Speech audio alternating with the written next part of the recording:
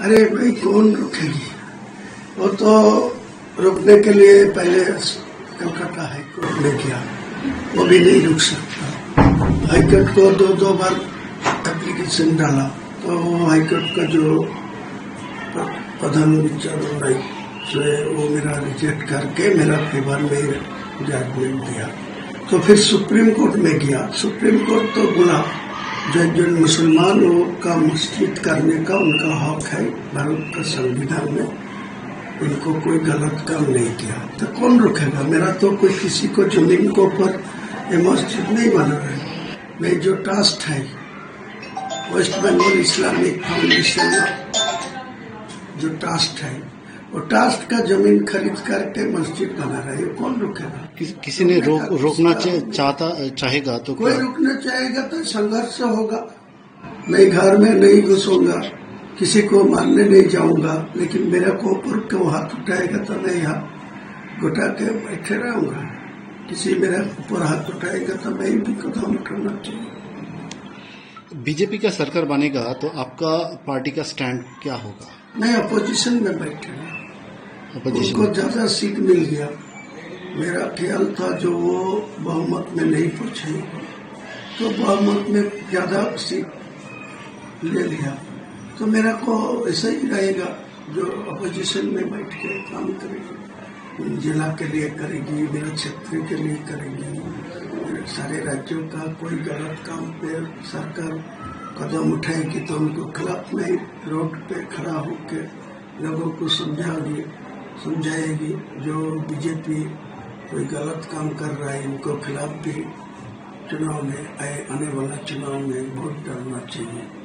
मौका तो दे दिया आम जनता, पब्लिक तो मौका दे दिया, लेकिन वो भी ममता बनर्जी इतना क्षमता दिखा रही तो उनको भी हरा तो सबूत हो गया ये आम आदमी सबसे बड़ा क्षमतावान है। आप तो दोनों सीटों में जीत गए, तो पहले अगले दिन क्या आप करेंगे? मैं 7 तारीख में सारे मेरा रेजीनगर क्षेत्र से 14 जीपी है, 14 जीपी से 14,000 मेरा वर्कर को, मेरा साथी को, मेरा कर्मी को मेरा बुलाएगी। सुबह 10 बजे बुलाएगी किसी को पेंडल करके।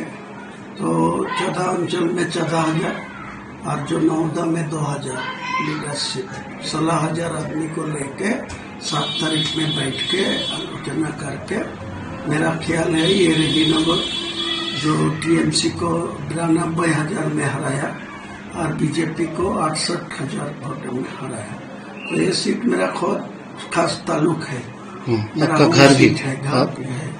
तो मेरा बेटा को ये सीट में छोड़ना पड़ा, मेरा तो दोनों नहीं प्राप्त पड़ेगा।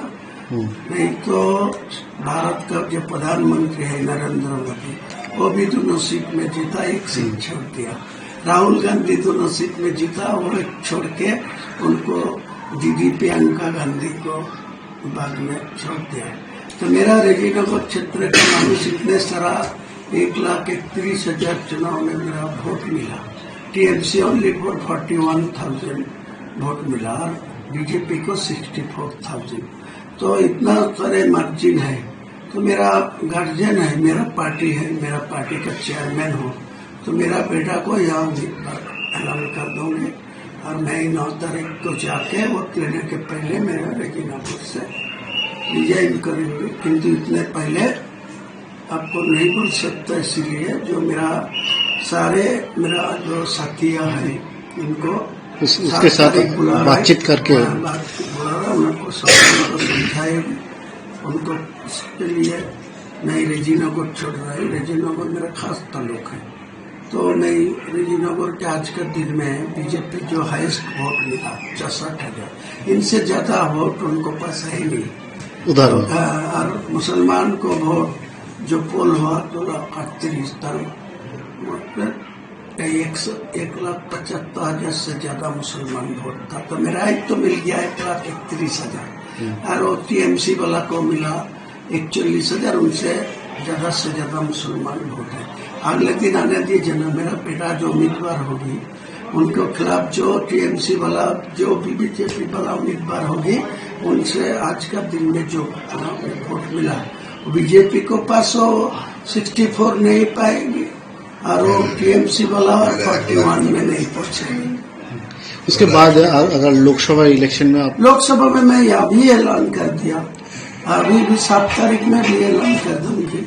जो लोकसभा में मैं आने वाला लोकसभा में मैं खुद बहरमपुर में चुनाव में उतरेगी। मैं 2 लाख वोट से मेरा नौदा, रेजीनगर, बेलडंगा, कांदी, भरतपुर 5 सीट से मैं रेजीनगर में 1,31,000 मिला तो लोकसभा में मैं 1.5 लाख मिले वाली 1.5 लाख।